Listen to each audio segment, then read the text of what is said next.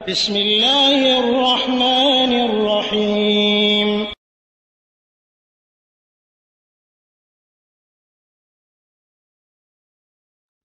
ওয়ালাইকুম আসসালাম রহমতুল্লাহি ওবরাকাতুহু।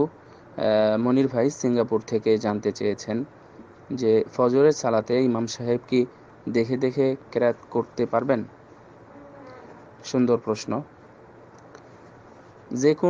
যে কোনো নফল সালাতে, সেটা আপনার ব্যক্তিগত সুন্নাত হোক অথবা তারাবির সালাত হোক, সেটা একাকী হোক অথবা জামাতে হোক, আপনি মুক্তাদি হন অথবা ইমামও হন কেন, এ সকল সালাতে দেখে কোরআন পড়ার বিষয়ে দলিল যেহেতু স্পষ্ট আছে, সহিহ বুখারীতে একটি দলিল আছে, যাকুয়ান রাদিয়াল্লাহু তাআলা আনহু, অর্থাৎ রাসূল সাল্লাল্লাহু বলা যায়, বা আয়েশা রাদিয়াল্লাহু তাআলা আনহার উনি গোলাম ছিলেন, তো উনি তেলাওয়াত করেছিলেন বা করতেন কোরআন দেখে, বিশেষ করে তারাবির সালাতে ইমাম হিসাবে যখন পড়তেন তখন এটা করেছিলেন। তো এ বিষয়ে কারো কোনো ইখতিলাফ নেই, এবং সকল মাযহাব যেটা বলা হয় ইমামদের, যেটা এদের মধ্যেও কোনো ইখতিলাফ নেই এটা নিয়ে।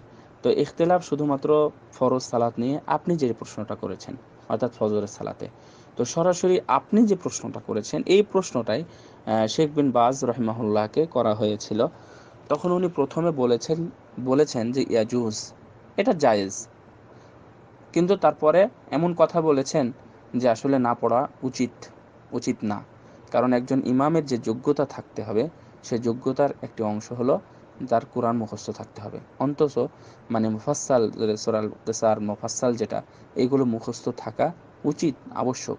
যদি না থাকে তাহলে সে পিছনে চলে আসবে, অর্থাৎ সে তার ইমামতি করবে না, অথবা যদি ইমাম হয়েই থাকে তাহলে সে চেষ্টা করবে এগুলো মুখস্থ করার।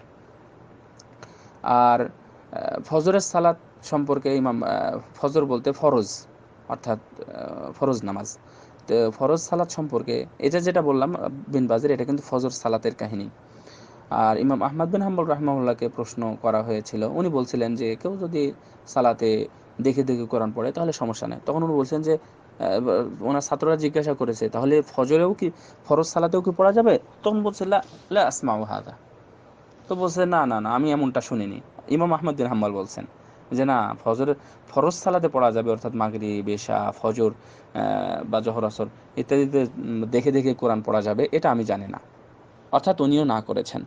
সুতরাং ইমাম সাহেবদেরকে আমি সব মাসলাগুলো, এবং এ বিষয়ে ইবনু কুদামাতেও একটা ফতোয়া আছে মুকনিতে, অর্থাৎ ইবনু কুদামা রাহিমাহুল্লাহ মুকনিতে একটা ফতোয়া দিয়েছেন। তারপরে হচ্ছে আরও অনেকে আছে, কাজী ইয়াজ বলেছেন, এ বিষয়ে কথা বলেছেন। তো সবার কথার উপর সমন্বয় যেটা, সেটা হলো ফরজ সালাদগুলোতে পড়া উচিত নয়।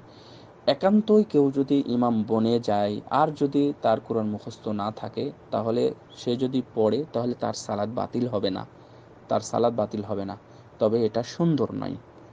আশা করি বুঝতে পেরেছেন। শুকরান।